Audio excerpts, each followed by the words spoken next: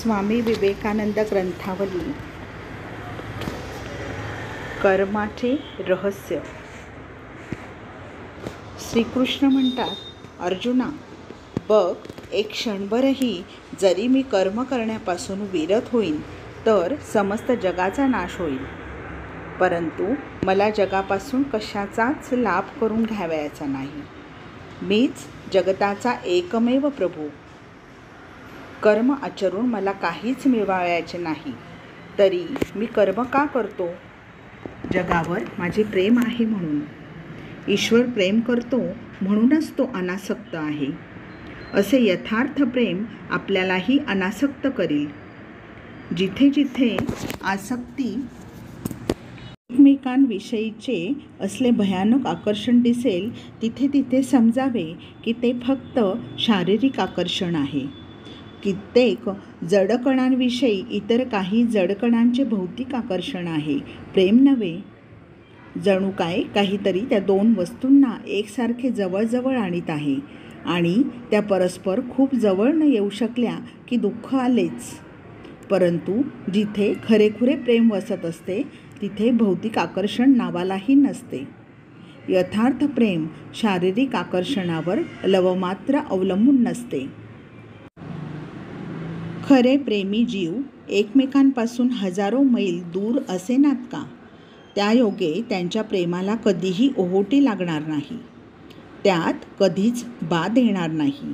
ते कधी लुप्त होणार नाही आणि त्यापासून कोणत्याच तऱ्हेची दुःखदायक प्रतिक्रिया देखील उद्भवणार नाही. असल्या या अनासक्तीचा लाभ करून घ्यावयाचा म्हणजे एका प्रकारे उभे आयुष्यच खर्ची घालावे लागते असे म्हटले तरी चालेल. परंतु त्याचबरोबर हेही खरे की तिचा लाभ करून घेऊ शकताच आपण प्रेमाचे चरम लक्ष्य गाठले व मुक्त झालो असेच होते. मग प्रकृतीचे बंधन आपल्यापासून खळखळा निखळून पडते आणि आपल्याला प्रकृतीच्या खऱ्या स्वरूपाचे दर्शन घडते.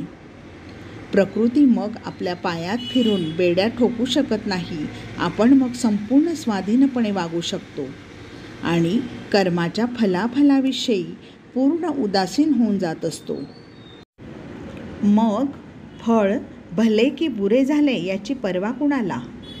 स्वाधीनपणे कर्म करणारा फलाकांक्षा धरीत नसतो. स्वतःच्या मुलांना काही दिल्यास तुम्ही काय त्यांना त्याचा काही मोबदला मागत असता? त्यांच्याकडून काही प्रतिदान मिळण्याची आकांक्षा ठेवत असता? नाही, तर त्यांच्याकरता काम करावे एवढ्यावरच तुमचे कर्तव्य संपते. ह्या पलीकडे कसलाच विचार तुमच्या मनात डोकावता कामा नये. एखाद्या विशिष्ट व्यक्तीसाठी, नगरासाठी वा देशासाठी जे कार्य करण्याची इच्छा असेल ते करीत चला, परंतु पोटच्या पोराविषयी तुमचा जो भाव तोच त्यांच्या संबंधी धारण करा. मोबदल्यात त्यांच्याकडून काडीचीही आशा धरू नका. तुम्ही केवळ दाते आहात. तुम्ही जे देता त्याच्या परतफेडीची तीळ मात्र अभिलाषा तुम्हाला नाही अशी मनोवृत्ती जर तुम्ही ठेवाल तर त्या कर्माने तुमच्यात आसक्तीचा मुळीच उद्रेक होणार नाही. प्रत्युपकाराची परतफेडीची आशा म्हटली की आसक्ती आलीच. गुलामाप्रमाणे काम केल्याने जर परिणामी स्वार्थपरता आणि फलासक्ती उद्भवत असतील तर स्वतःच्या मनाचे मालक वा स्वामी म्हणून कर्म आचरल्याने अनासक्तीजनित निरागस आनंद अनुभवास येत असतो. आपण सदानकदा सत्य आणि न्याय याविषयी बोलत असतो, परंतु आपल्या ह्या दुनियेत न्यायाच्या आणि सत्याच्या गोष्टी म्हणजे निव्वळ बालिश बडबड होत. असेच आपल्या निदर्शनात येत नसते काय? माणसाच्या वर्तणुकीचे खरोखरच नियमन करत असतील तर त्या फक्त दोनच गोष्टी, जोर जुलूम आणि दया. जोर जुलूम वा जबरदस्ती नेहमीच स्वार्थी वृत्तीचे कार्य करीत असते. हाती असलेल्या अधिकाराचा आणि परिस्थितीच्या अनुकूलतेचा पुरेपूर फायदा घेण्याचा स्त्री वा पुरुष प्रत्येकजणच शक्य तो प्रयत्न करीत असतो.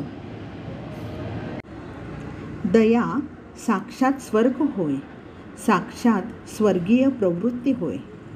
चांगले व्हावयाचे असल्यास आपण सर्वांना दयाशील व्हावे लागेल.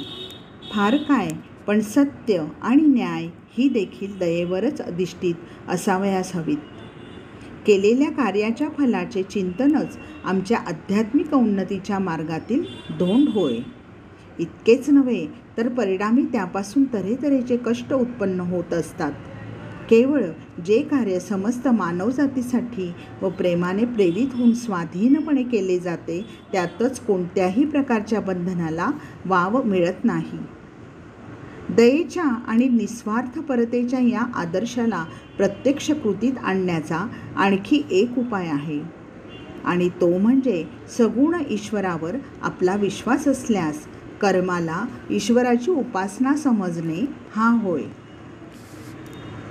यात आपण आपल्या समस्त कर्मांचे फल प्रभूचरणी समर्पण करीत असतो. अशा प्रकारे भगवंताची उपासना केल्यास आपल्याला स्वतःच्या कार्याबद्दल मानवजातीकडून कशाचीच आशा करण्याचा अधिकार राहत नाही. प्रभू स्वतः सतत कार्य करीत आहेत आणि त्यांची ठायी कधीही कसलीच आसक्ती असत नाही.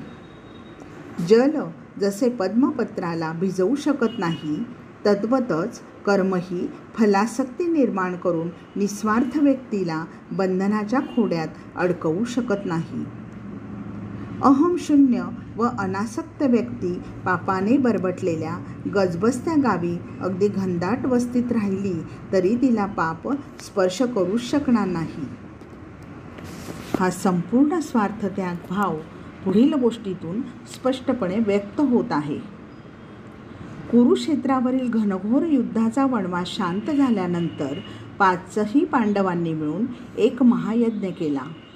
त्या प्रसंगी गोरगरिबांना तऱ्हेतऱ्हेच्या बहुमोल जिन्सा वाटण्यात आल्या होत्या. यज्ञाचा थाटमाट आणि ऐश्वर्य पाहून सगळे लोक दिपून जाऊन अगदी एकमुखाने यज्ञाची प्रशंसा करीत म्हणू लागले की असा यज्ञ यापूर्वी साऱ्या दुनियेत कधी झाला नसेल. यज्ञाची सांगता होत होती आणि अशा समयी एक लहानसे मुंगूस तेथे येऊन उपस्थित झाले. त्या अद्भुत मुंगुसाचे अर्धे शरीर सोनेरी आणि बाकीचे अर्धे कबरे होते. यज्ञमंडपात शिरताच ते मुंगूस तेथील यज्ञभूमीच्या मृत्तिकेवर इतस्ततः लोळू लागले. शेवटी ते तेथे जमलेल्या लोकांना उद्देशून म्हणू लागले, तुम्ही सारे लबाड खोटारडे आहात. असा यज्ञ म्हणे पूर्वी कधी झाला नव्हता. अहो, हा तर मुळी यज्ञच नाही. लोक उद्गारले, काय म्हणतोस तरी काय तू, हा यज्ञच नाही? धनधान्य जड जवाहीर वगैरेंचा इथे गरिबांवर कसा वर्षाव झाला होता हे तुला माहीत नाहीसे दिसते. अरे, आता जगात गरीब औषधालाही सापडावायचा नाही. झाडून सारे श्रीमंत होऊन कसे सुखासमाधानात आयुष्य घालवत आहेत. असा अद्भुत यज्ञ अजून कोणाच्या पाहण्यात आला नसेल. त्यावर ते मुंगूस म्हणाले, असं होय, ऐका तर मग. एक लहानसे खेडेगाव होते. तिथे एक गरीब ब्राह्मण आपल्या स्त्री, पुत्र आणि सुनेसह वर्तमान वास करीत होता. 18 विश्व दारिद्र्य ब्राह्मणाच्या घरी वसत होते. पोथ्या पुराणे व धर्मोपदेश यांच्या द्वारा मिळणाऱ्या दक्षिणेवरच त्यांची गुजराण होत असे. भरीतभर एकदा त्या देशात एकामागून एक सतत 3 वर्ष दुष्काळ पडला. बिचाऱ्या गरीब ब्राह्मण कुटुंबाला पराकाष्ठेचे दुःख सहन करावे लागले. एक वेळ तर त्या कुटुंबाला लागोपाठ 5 दिवस फाके पडले. 6व्या दिवशी सकाळी पित्याला मोठ्या सुदैवाने थोडेसे जवाचे पीठ मिळाले. त्याने ते घरी आणून त्याचे 4 भाग केले आणि ते चौघात वाटून घेतले. स्वयंपाक आटपून त्यांनी जेवणाची तयारी केली आणि आता तोंडात घास घालणार इतक्यात दारावर थाप वाजली. गृहस्वामी दरवाजा उघडून बघतो तो एक अतिथी समोर उभा. भारतवर्षात अतिथी मोठा पवित्र आणि सन्मान्य समजला जातो. तेवढ्या वेळेपुरते त्याला नारायण मानून त्याच्याशी तदनुरूप आचरण केले जाते. अतएव तो गरीब ब्राह्मण त्या नवागताला म्हणाला, यावे महाराज, आपले स्वागत असो. ब्राह्मणाने अतिथीसमोर स्वतःचा भाग ठेवला. क्षणार्धात ते सारे मटकावून अतिथी म्हणाला, महाराज, अगदी सत्यानाश केला तुम्ही माझा. अहो, यापेक्षा जीवे मारणे चांगले. 10 दिवसांचा उपाशी मी या अपुऱ्या 2 घासांनी तर माझ्या पोटातील आगीचा डोम आणखीच भडकविला आहे. हे ऐकून ब्राह्मण पत्नी आपल्या पतीस म्हणते, झाली तर मग माझाही हिस्सा यांना अर्पण करा. ब्राह्मण म्हणाला, हे कसे शक्य आहे? परंतु ब्राह्मणी आग्रहपूर्वक पुन्हा पुन्हा म्हणू लागली, हे बिचारे गरीब अतिथी आपल्या घरी आले आहेत. आपण गृहस्थ यांना पोटभर जेवू घालणे आपले कर्तव्य, आणि दिले त्यापेक्षा अधिक काही देण्याची ज्या अर्थी तुमच्या शक्ती नाही, त्या अर्थी माझाही वाटा मी यांना देणे उचित. तरच मी पत्नीधर्म पाळल्यासारखे होईल. असे म्हणून त्या पतिव्रतेने आपला भाग त्या अतिथीपुढे ठेवला. क्षणार्धात त्याचाही चट्टामट्टा करून अतिथी म्हणाला, बापरे, ही राक्षसी भूक मला अजूनही नुसती जाळत आहे. हाय रे देवा, मी आता काय करावे? प्राण चाललेत की हो माझे? त्यावर ब्राह्मणाचा मुलगा लगबगीने उद्गारला, आपण माझ्याही वाट्याचे ग्रहण करावे. पित्याला आपल्या कर्तव्य पालनात हातभार लावणे पुत्र या नाताने माझा धर्मच होय. अतिथीने तेही संपवले, परंतु त्याची भूक मात्र मुळीच शमली नाही. आता पुत्रवधूची पाळी आली. त्या साध्वीनेही आपला वाटा अतिथीला अर्पण केला, आणि तेव्हा कुठे भूक शांत होऊन अतिथी तृप्त झाला. अखेरीस त्या सर्वांना मनापासून आशीर्वाद देत देत तो आपल्या मार्गास लागला. त्या रात्री ते चौघेही भुकेने तडफडून मृत्युमुखी पडले. त्यांच्या त्या पिठातील काही थोडेसे तेथील जमिनीवर पडले होते, त्यावर मी लोळलो, आणि चमत्कार असा की माझे अर्धे शरीर सोनेरी बनून गेले. हे सारे खरे की खोटे हे ठरवायला मी प्रत्यक्ष तुमच्या पुढे उभा आहेच. असो, तेव्हापासून आणखी एखादा तरी तसला यज्ञ पाहावयास मिळावा या इच्छेने मी सारे जग पालथे घालीत भटकत फिरतो आहे. परंतु परत तसा यज्ञही कुठे दिसला नाही, आणि माझे उरलेले अर्धे शरीरही सोन्याचे झाले नाही. समजले आता? एवढ्यासाठी मी म्हणालो होतो की तुम्ही ज्याचा एवढा उदोउदो करीत आहात तो हा मुळी यज्ञच नव्हे. हा असला उच्च स्वार्थ त्यागाचा आणि दयेचा भाव भारतातून दिवसेंदिवस लोपत आहे. मोठ्या मनाच्या उदार लोकांची संख्या हळूहळू कमी होत चालली आहे. नवीनच इंग्रजी शिकत असताना एक इंग्रजी गोष्टीचे पुस्तक माझ्या हाती पडले होते. त्यात एक गोष्ट अशा आशयाची होती की एक कर्तव्यपरायण मुलगा काबाड कष्ट करून मिळालेल्या पैशातील काही भाग आपल्या म्हाताऱ्या आईला देतो. त्याच्या या कर्तव्य तत्परतेची स्तुती करून गोडवे गाण्यात त्या पुस्तकाची 3-4 पाने खर्ची पडली होती. यात असाधारणते काय? देव जाणे. निदान त्यावेळी तरी ते मला कळले नाही, आणि या गोष्टीत सामावलेला नीतिबोध कुणाही हिंदू बालकाच्या कधीही लक्षात यावयाचा नाही. आज पाश्चात्य देशात येऊन देखील आत्मानं सततम रक्षेत वर आधारलेल्या अप्पलपोटेपणाच्या वृत्तीशी परिचय झाल्यानंतर आता तो माझ्या ध्यानात येत आहे. ह्या देशात असेही हरीचे लाल कितीतरी आहेत की? असेल नसेल ते सारे स्वतःच्या घशात घालताना त्यांना काडीचीही दिक्कत वाटत नाही. मग स्वतःचे प्रत्यक्ष आईबाप, बायकापोरे वगैरेंचेही काय वाटेल ते होवो.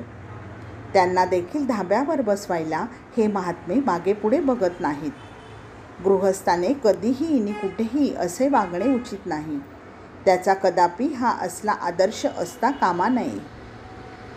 कर्मयोगाचा अर्थ काय हे आता तुमच्या लक्षात आले असेलच. कर्मयोग म्हणजे प्रत्यक्ष मृत्यूसमोर असताही ब्रही न काढता, न कचरता निमूटपणे कोणालाही सहाय्य करणे. लाखो वेळा जरी लोकांनी तुम्हाला ठकविले तरीसुद्धा तोंडावाटे चकार शब्द देखील काढू नका, आणि आपण म्हणजे काही मोठे चांगले काम करीत आहोत अशाही विचाराला मनात थारा देऊ नका. गरिबांना तुम्ही जे दान द्याल त्याविषयी कधीही बहादुरी मिरवू नका, किंवा त्यांच्याकडून चुकून कधी कृतज्ञतेचीही अपेक्षा बाळगू नका. तर उलट त्यांनी तुम्हाला दया दाखवण्याची संधी दिली याबद्दल तुम्हीच त्यांच्याप्रती कृतज्ञ व्हा. एवंच यावरून हे स्पष्ट दिसते आहे की आदर्श संन्यासी होण्यापेक्षा आदर्श गृहस्थ होणेच अधिक कठीण आहे. त्यागी आणि कर्मी दोघेही योग्य रस्त्याने जात आहेत आणि यथार्थ त्यागी व्यक्तीच्या कठोर जीवनापेक्षा यथार्थ कर्मी व्यक्तीचे जीवन अधिक कठोर नसले तरी निदान तितकेच कठोर तर खासच आहे.